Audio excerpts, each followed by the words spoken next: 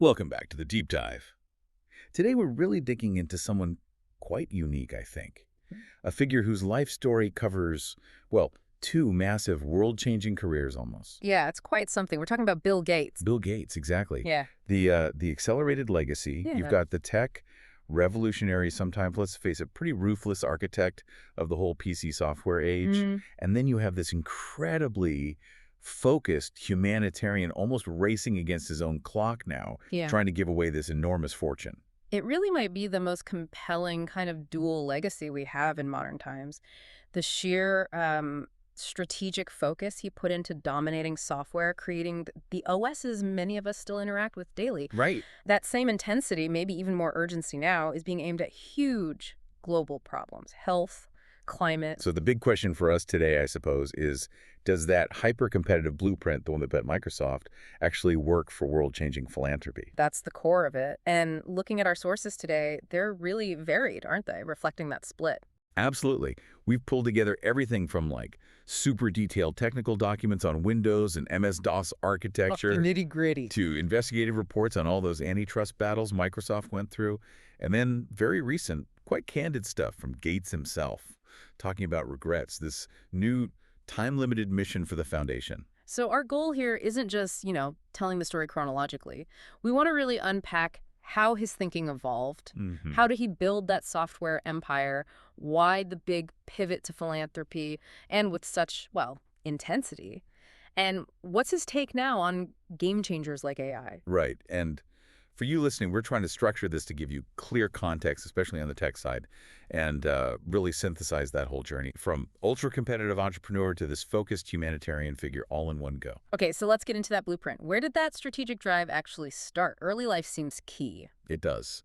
The sources point to a really competitive grounding right from childhood. Seattle, upper-middle-class family. And it wasn't just accidental competitiveness, was it? It seems like it was actively fostered. Yeah, encouraged. You see these examples, and they're not even about computers initially.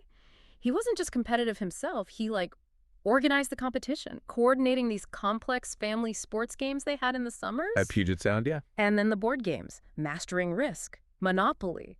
That shows a really early knack for strategic thinking, planning ahead. That intensity definitely carried over to university. Harvard. He gets there, and his curiosity, his ability to just dive into really hard problems, it stood out. Stood out massively, to the point where a professor apparently said he could have been a professional mathematician. Wow. And there's that famous story, right? The pancake problem. Ah, yes. Explain that one. Okay, so first day of this tough math class. The professor throws out this problem, a sorting puzzle. It was a genuine, unsolved academic challenge at the time. So the expectation was maybe weeks of work from these break students? Exactly. Grapple with it, Yeah. But Gates, he comes back, 2 days later? It's just 2 days. Not just with a solution, but with one that was mathematically proven to be better, more efficient than the professor's own approach. Okay, that's different. That's that accelerated problem solving right there. That's the kind of focused, intense thinking that really defined Microsoft later on. Combine that sort of restless intellect with Paul Allen's vision for computing, it was, a powerful mix. They're powerful. He drops out of Harvard to team up with Allen. Yeah. They start Microsoft in '75. Yeah. And their mission, though it sounds simple now, making software accessible, efficient for personal computers, was totally revolutionary back then. That partnership with Paul Allen, who sadly passed away in 2018, Yeah. that really laid the groundwork for the moment that, basically launched the empire, the IBM deal. Well, the IBM deal, 1980, that was absolutely the turning point for the operating system, for the IBM PC. And, there's a human connection noted in the sources here, too. IBM approaches them in July 80. This is apparently shortly after Gates's mother joined a United Way board with IBM CEO John Opel. Ah, those high-level connections probably didn't hurt in getting noticed by a giant like IBM. Probably crucial, yeah. Especially since, and this is key, Microsoft didn't actually have a ready-to-go operating system when they landed that contract. Really? So how did that work? Well, IBM's first choice was Digital Research, who Yeah. made CPM the big OS at the time. Those talks failed. Yeah. So Microsoft, in this incredibly opportunistic move, swoops in and buys a CPM clone. It was called 86DOS from a company called Seattle Computer Products. And they paid peanuts for it, right? Less than $100,000. They quickly polished it up, rebranded it as IBM PC DOS. Okay, here's where the strategy gets really interesting. Or maybe, depending on your view, ruthless. It Ah. wasn't just getting the contract, it was the pricing, wasn't it? Absolutely nailed it. IBM agreed to sell the original rival, CPM, for $240. A lot of money back then. Yeah. But crucially, they priced Microsoft's PC-DOS at just $40. $40, that's a $200 difference. Exactly. So even if PC-DOS wasn't technically superior to CPM initially, that price point, it just guaranteed it would become the standard, almost overnight. Wow. And boom, suddenly Microsoft is the essential company, providing the OS, the programming tools, even barely apps like Multiplan and Word for this brand new IBM PC. So that initial blueprint, smart deal-making, aggressive pricing, then translates into global dominance through one massive strategic decision: licensing. This is arguably the most critical strategic choice Microsoft ever made. It's what really set them apart from competitors, especially Apple. Right, Apple kept their software tied to their hardware, closed system. Exactly. Gates went the other way. License MS-DOS and later Windows really broadly. Don't insist on building the box it runs on. Let anyone build the box. The open ecosystem idea. Precisely. Think of it like designing the engine and the dashboard for almost every car maker in the world without actually having to run the car factories yourself. So Compaq, Dell, Gateway. They could all use Microsoft's core products. It's a huge force multiplier for growth. Huge, exponentially faster growth than a closed system would allow. It made the PC accessible, democratized it in a way, But it also cemented Microsoft's control over that foundational software layer. Yeah. An effective monopoly. that's the outcome, yeah. And eventually that monopoly really solidified around Windows, the graphical interface. Announced 83, released 85. And the name Windows is pretty literal, isn't it? Just graphical boxes for programs. Yep. And we have to remember Windows 1.0, it wasn't even a full OS at first. It was basically a graphical shell running on top of MS-DOS. Right, using the MS-DOS executive. Pretty basic. Very basic. Couldn't even overlap the Windows in the very first versions. But the evolution was relentless, constant updates, adding features. Until it becomes this incredibly complex operating system we know.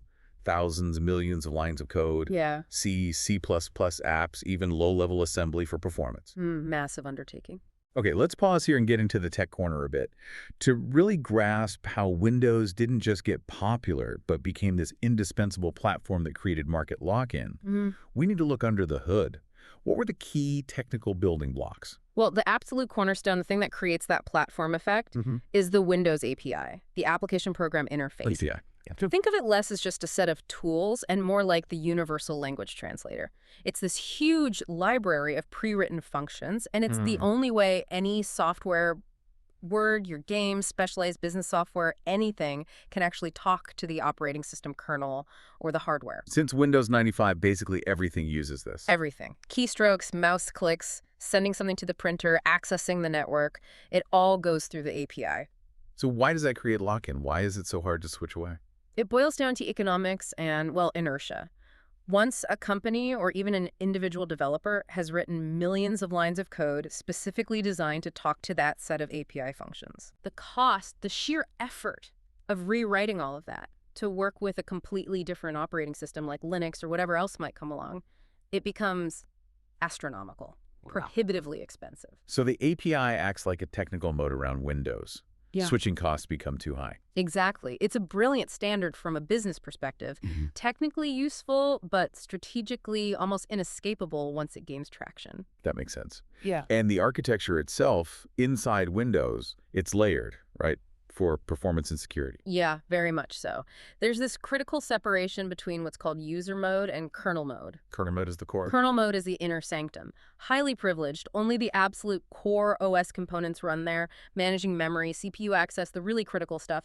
Everything else, all your applications, they run in user mode. Isolated. Isolated, yeah. So if one app crashes, it ideally doesn't bring down the entire system. It protects the kernel. And within that kernel mode, there's this complex choreography of system processes running all the time. Oh, yeah. Things like the idle process literally runs when the CPU has nothing else to do.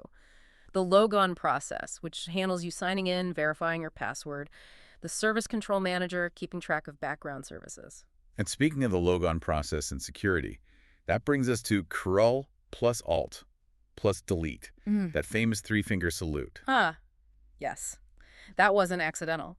In Windows NT and later versions, that specific key combination was designed to be intercepted directly by the kernel. Why? Security.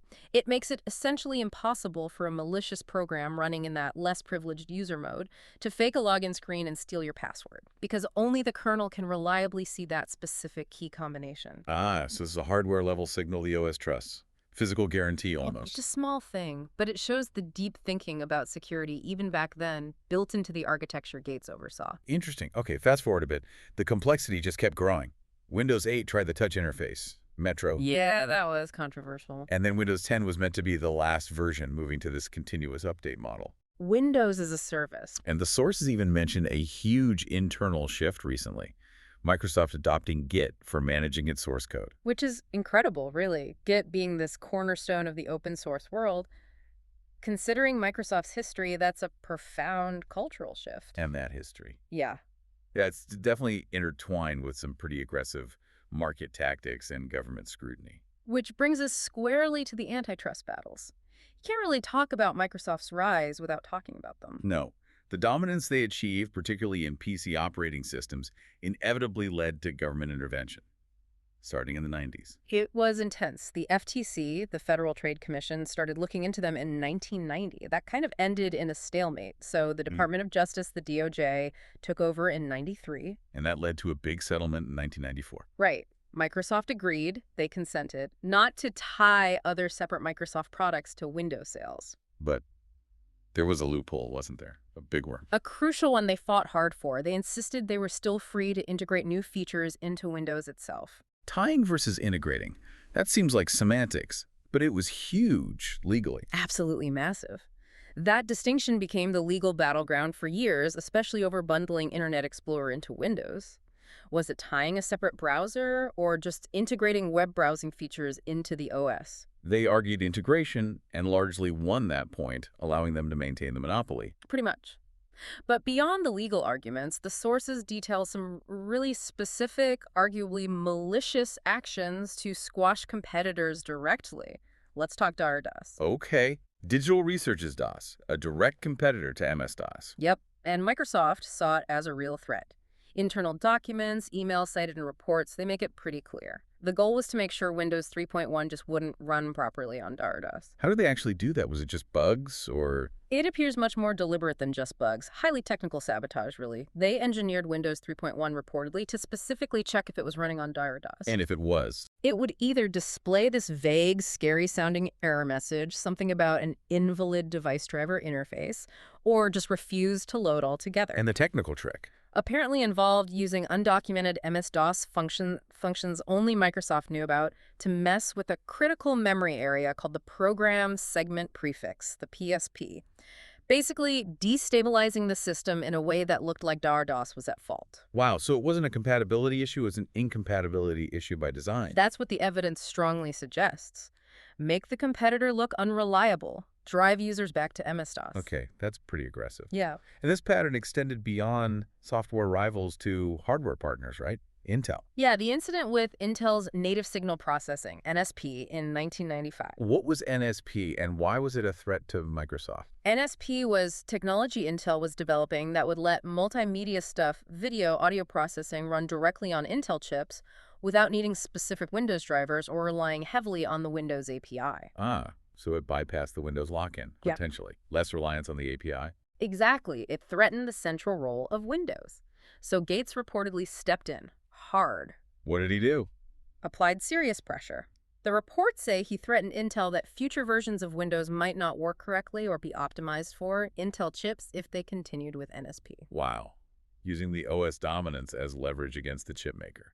And there's that quote attributed to him, which just sums up the mindset. Intel has to accept that when we have a solution we like that is decent, that is the solution that wins. So Intel backed down. Intel dropped the NSP project. Yeah. Huh? Okay. One more big example. Java. Sun Microsystems' big play. Write once, run anywhere. That directly challenged the Windows dominance. Huge threat potential. The idea that you could write software once and it would run on Windows, Mac, Linux.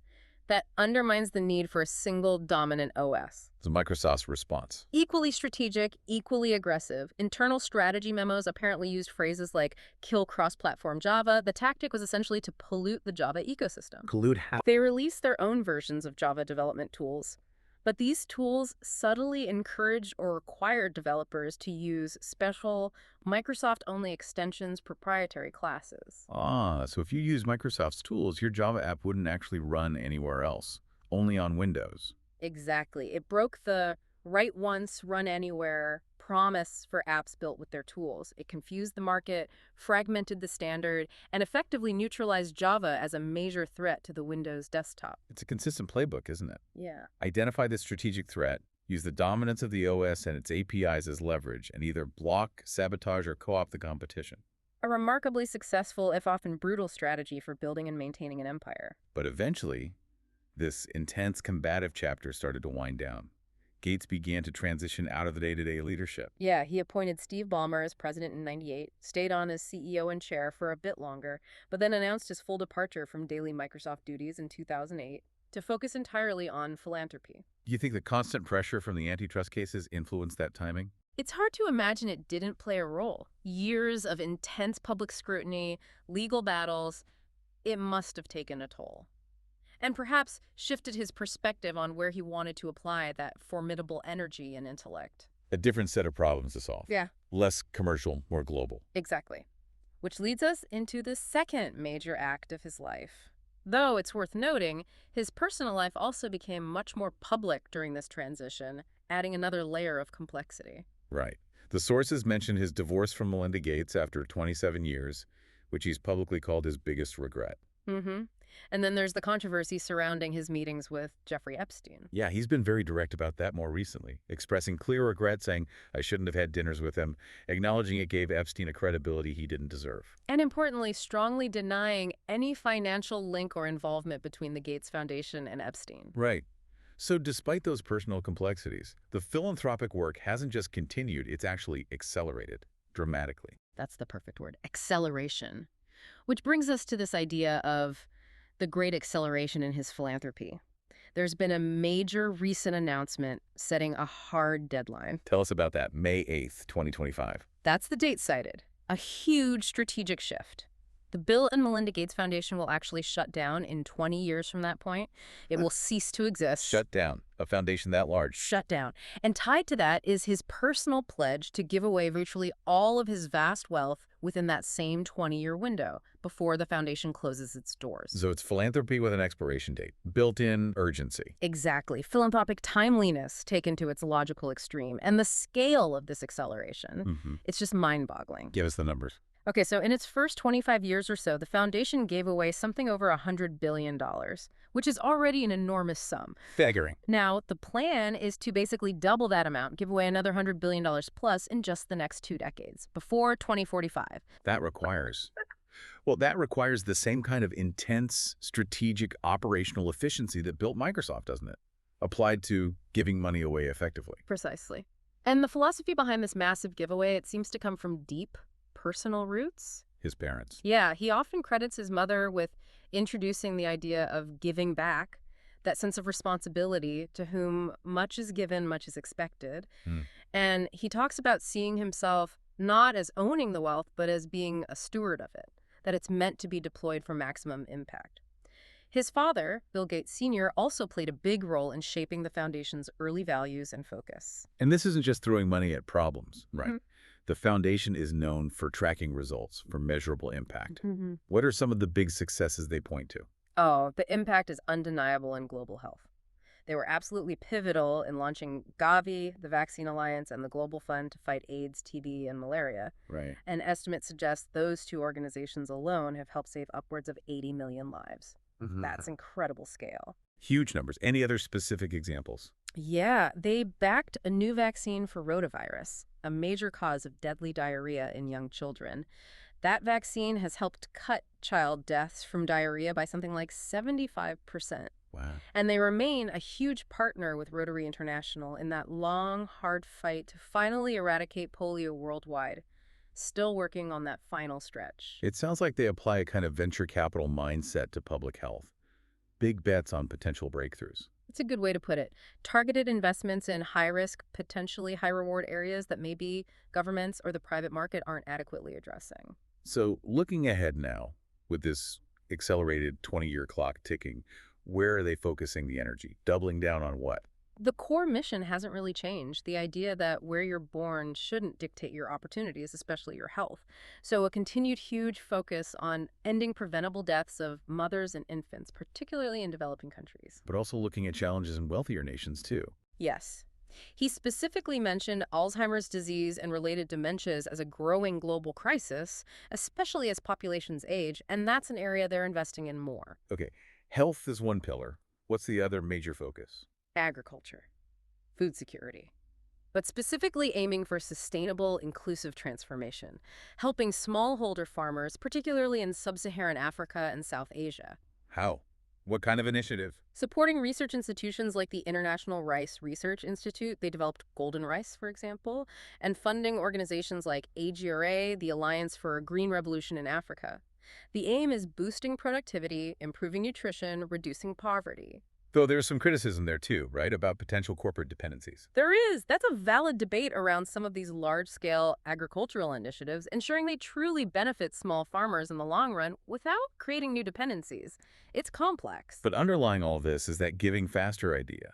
Why the insistence on the 20-year deadline? Why not set up a foundation to last forever, like Ford or Rockefeller? He's been really vocal about this. He criticizes foundations that are essentially set up to warehouse wealth across generations, existing in perpetuity. He wants the money used now. Exactly. He talks about philanthropic timeliness. The argument is that the most urgent needs, the biggest opportunities for impact, developing a crucial vaccine, responding to a pandemic threat, tackling climate change adaptation. Right now, there are contemporary issues. And maybe governments aren't stepping up as much. That's part of his calculus, too.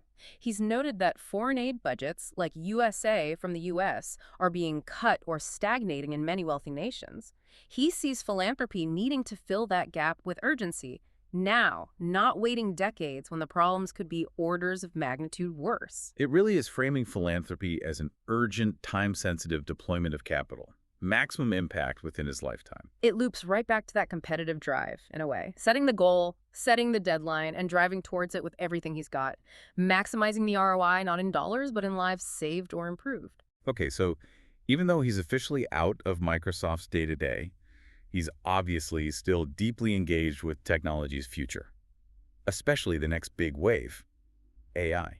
Oh, absolutely. He hasn't minced words about AI. He's called it flat out the biggest productivity advance in our lifetimes. Bigger than the PC revolution, bigger than the internet. That seems to be his implication. He argues that knowing how to work effectively with AI is now more essential than, say, knowing Excel or even how to navigate the internet effectively. It's becoming a fundamental skill. And he sees it directly applying to the problems his foundation tackles. Directly. He points to how AI could potentially alleviate huge personnel shortages we see globally in teaching, in healthcare, in mental health support, AI tutors, diagnostic tools, therapy assistants. But he also acknowledges the need for boundaries. It's not AI replacing everything. Right. He stresses that humans need to figure out, probably over the next 10, 20 years, where machines truly boost efficiency and where tasks need to remain human, social, intimate.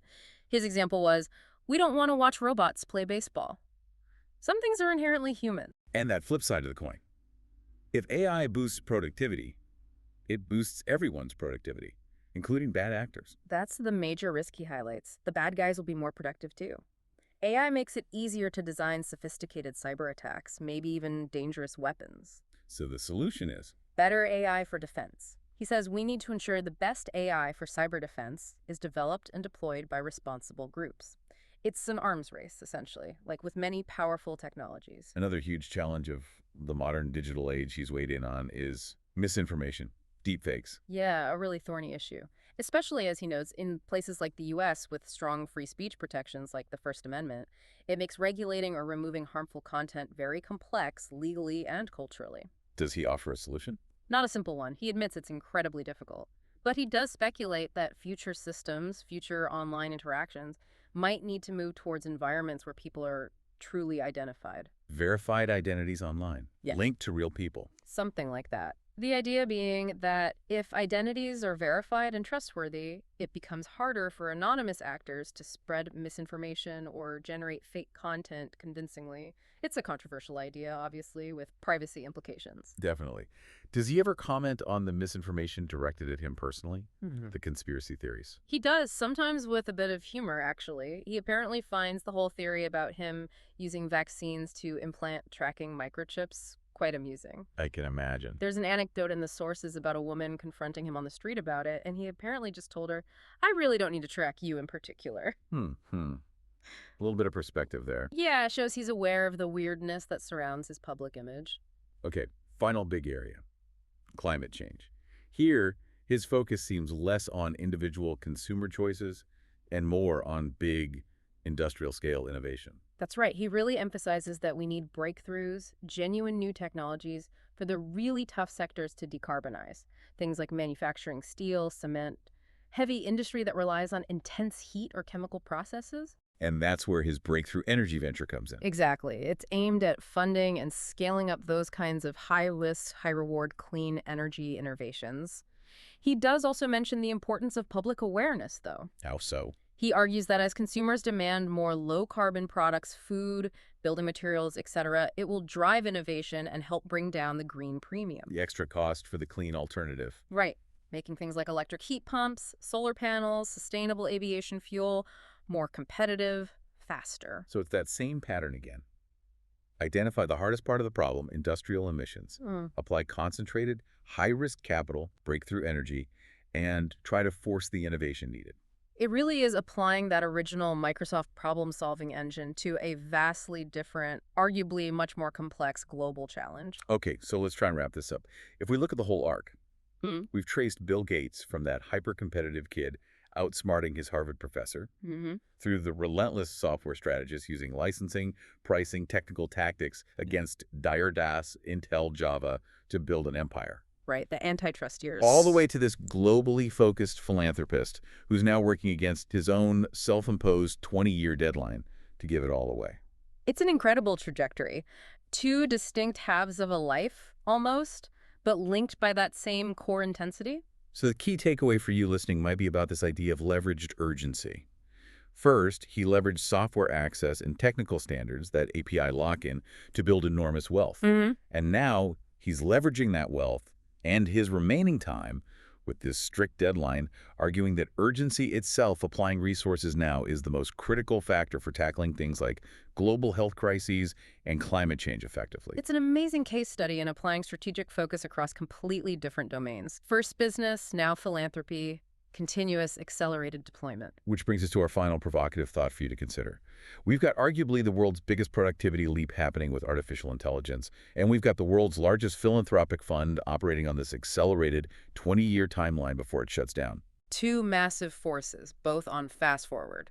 So the question is, with both AI development and this huge philanthropic deployment racing ahead, what kind of really fundamental ethical questions or societal questions about control, about direction, about who decides, what questions are going to emerge over these next 2 decades before that Gates Foundation clock runs out? That convergence, AI providing potential solutions, and this massive time-limited pool of capital funding them. That's the real frontier, isn't it? The impact of both accelerating together over the next 20 years will really define the ultimate legacy. Something to definitely keep an eye on. Thank you for diving deep with us today. It was fascinating. My pleasure.